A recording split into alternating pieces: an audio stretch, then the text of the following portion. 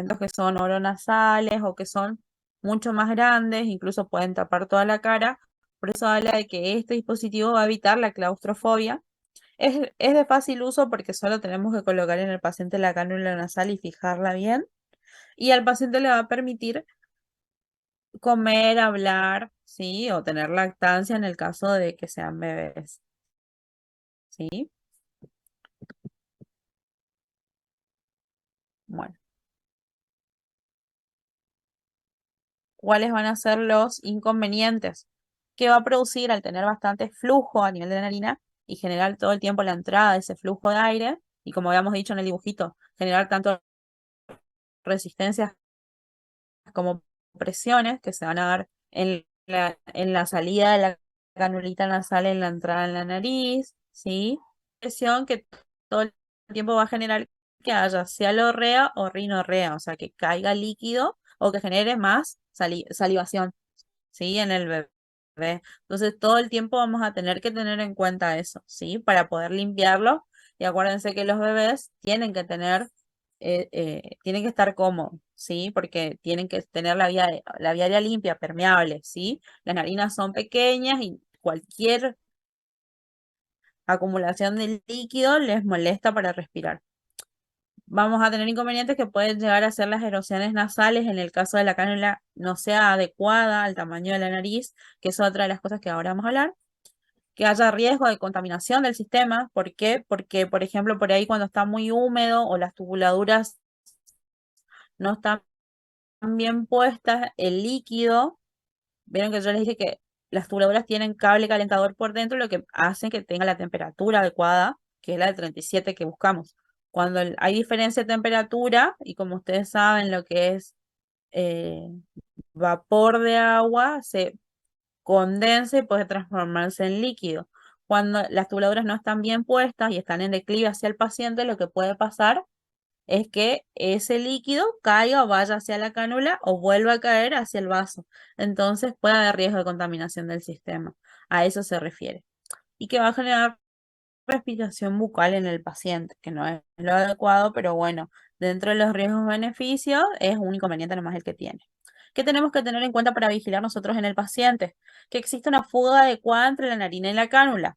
¿Qué quiere decir esto? Que nuestra canulita nasal tiene que abarcar solo el 50% de la narina, ¿sí? No tiene que cubrir más que eso, porque si no, va a haber un riesgo de sobrepresión, ¿sí? Y además no se va a generar eso que habíamos hablado del rol de la presión. Se tienen que encontrar los flujos de aire.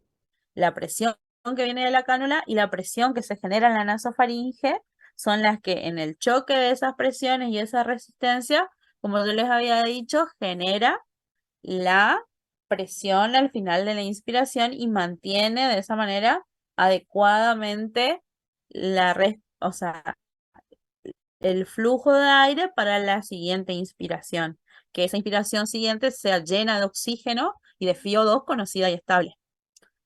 El humidificador activo tiene que tener el reservorio al nivel de agua adecuado porque el vasito ese tiene una línea. Esa línea nosotros le cargamos agua destilada que es la que va a generar que la vía aérea tenga una cierta cantidad de humedad, ¿sí? Si ese vasito está muy seco o está muy lleno, va a generar o mayor humedad de la deseada o menor, ¿sí? El grado de condensación de la cánula y de la tubuladura, que era lo que yo les decía, si tiene mucha temperatura, va a condensar mucho a nivel de la cánula o de la tubuladura y va a traer problema. Entonces eso tenemos que vigilar. Que el humidificador activo esté en una temperatura adecuada también es importante, pues está muy caliente, va a condensar más, ¿sí?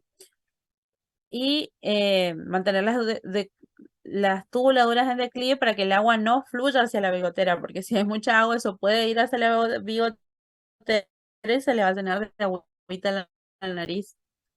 Y hay que tener en cuenta la fijación correcta de la cánula, ¿sí? Que la cánula no esté corrida, que no quede hacia las paredes de la nariz ni hacia el techo, que quede bien en el medio y que permita la entrada del flujo de cambio de aire, ¿sí? Solo el 50%. ¿Cuándo vamos a considerar que no funcionó, que no tuvo éxito nuestro tratamiento con la oxigenoterapia de alto flujo? Cuando hay del paciente como estaba cuando nosotros le colocamos haya un aumento de la frecuencia respiratoria y la frecuencia cardíaca mayor al 20% del que tenía, ¿sí? Del que tenía antes que le coloquemos, ¿sí? La saturación sigue siendo menor al 90-92% con fracciones de oxígeno mayores al 80%. Hay deterioro del sensorio, o sea, ¿qué quiere decir esto? El paciente no está bien soportado con lo que nosotros le estamos dando. ¿Qué quiere decir soportado? Que no estamos alcanzando su demanda inspiratoria, se descompensa hemodinámicamente o ya llegamos al límite superior de flujo de FiO2 para el peso de nuestro paciente. Vieron que yo les había dicho que si pesa 3 kilos, yo como mínimo le puedo dar 3 y como máximo le puedo dar 6. Si yo ya llegué a un flujo de 6 y le estoy dando una FiO2 de 100 y con eso el paciente sigue saturando menos de lo que es normal, o sea, satura menos del 95%, quiere decir que esto que yo le estoy dando es poco para él. Él necesita otro soporte, ¿sí? Y no es, otra de las cuestiones es si no hay estabilidad o mejoría en los primeros 90 minutos. Quiere decir en la primera hora y media, ¿sí? De tratamiento.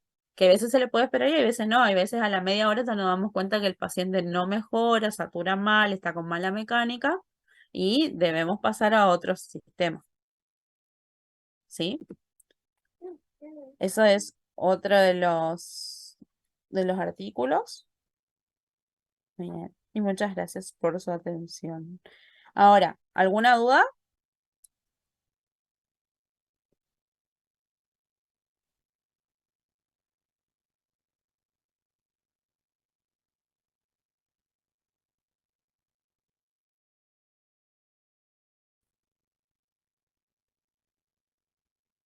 Profe, ¿podría repetir una última vez el rol de la presión? El rol de la presión. Bueno, dale, volvemos al dibujo.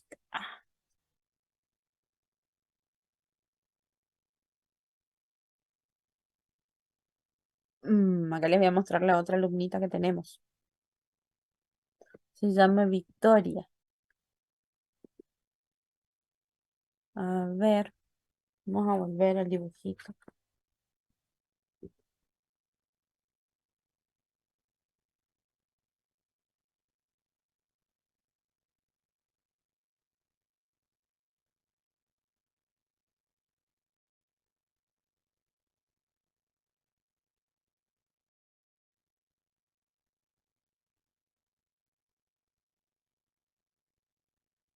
Bueno,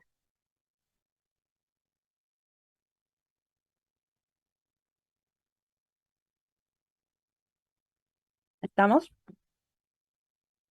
en el dibujo. Decime cuál sería tu duda desde el principio. Tenemos un flujo de oxígeno que va a ir por dentro de la cánula, ¿sí? Nosotros vamos a poner, por ejemplo, una cierta cantidad de flujo y eso va a transcurrir por dentro de la cánula nasal, ¿sí? Y va a ir hacia el dispositivo. Ahí dice R1 que sería la primera resistencia, ¿sí? Que va a ser el hecho de que los conductos de la cánula son pequeñitos, ¿sí? Y son más pequeños que hay veces que la tubuladura. Entonces, por eso esa hablan como una primera resistencia. El circuito del paciente es eso. El circuito del paciente es la presión. El flujo, ese, a través de un conducto, genera una presión. Esa va a ser la presión que va a llegar ahí. Y se va a encontrar con la primera resistencia, que es el tamaño de la canulita, que va a depender de la edad. Vieron que yo les dije que anatómicamente tenemos que elegir la que cubra solo el 50% de la narina, ¿sí? Cuanto más chiquitita es, más resistencia va a generar, ¿sí? Entonces, la primera presión es el circuito del paciente, el tamaño de la cánula, ¿sí? O sea, de la tubuladura de la cánula. La primera resistencia va a ser el tamaño de la salida de la bigotera, ¿sí? La segunda resistencia la va a generar la misma expiración del paciente, ¿sí? Que sostiene una cierta cantidad de presión, que ahí llegamos a la P2, que sería la segunda presión, la presión que se genera dentro ya de la nasofaringe del paciente, ¿sí? Entonces, nosotros vamos a tener un flujo de oxígeno que va a pasar a través de la cánula, ¿sí? En el circuito del paciente, o sea, esa primera presión que se va a general por un flujo que pasa a través de un conducto, llega hacia una resistencia, ¿sí? Primero está el tamaño de la cánula y la segunda resistencia va a ser la expiración del paciente. Y la segunda presión va a estar dada por la presión que se genera ya dentro de la nasofaringe, ¿sí? ¿Ahí se entendió? Sí, ahí se entendió. Ah, bueno, genial. Cuando hablamos de circuito del paciente nos referimos a la tubuladura, a toda la extensión de la cánula nasal. Vieron que tienen tubuladura y bigotera, ¿sí? Cuando hablamos de las partes de la canulita, ¿sí? Tenemos los dientes de la bigotera, que son los que cambian de tamaño, ¿de acuerdo al tamaño del paciente? Perdón.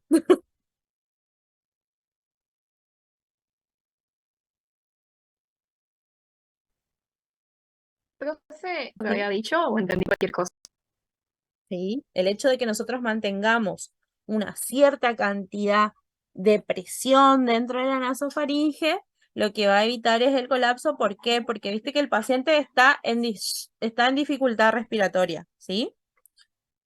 Entonces, lo que nosotros tratamos de mantener dándole un flujo constante con una FiO2 adecuada, conocida y acondicionada, es mantener en la nasofaringe, o sea, en la vía aérea superior, una cierta cantidad de flujo con una FiO2 de 100, por ejemplo, ¿sí?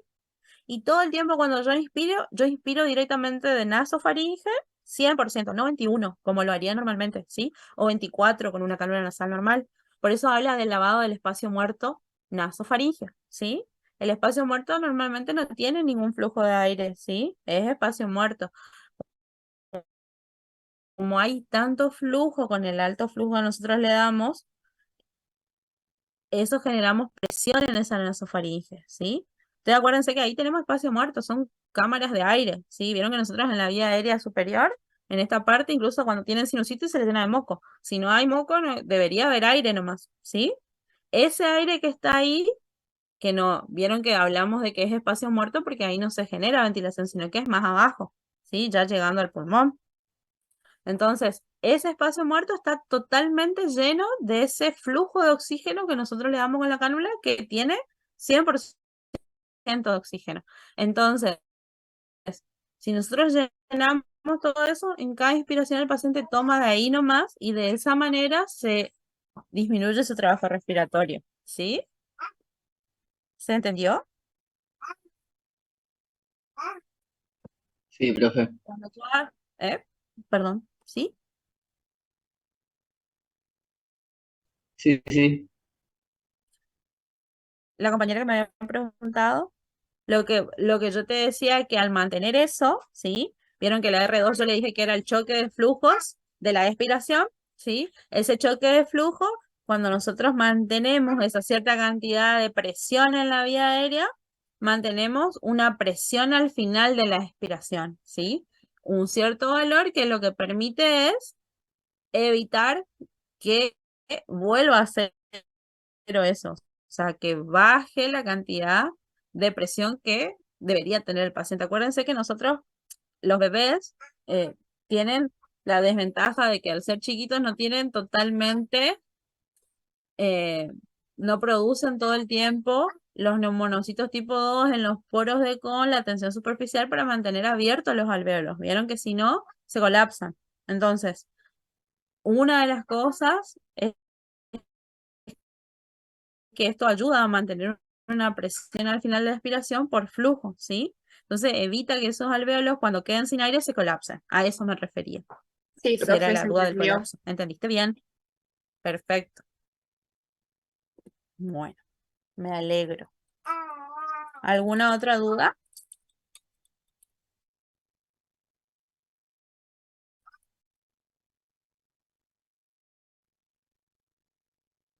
Te voy pasando, ¿no? Si me dicen.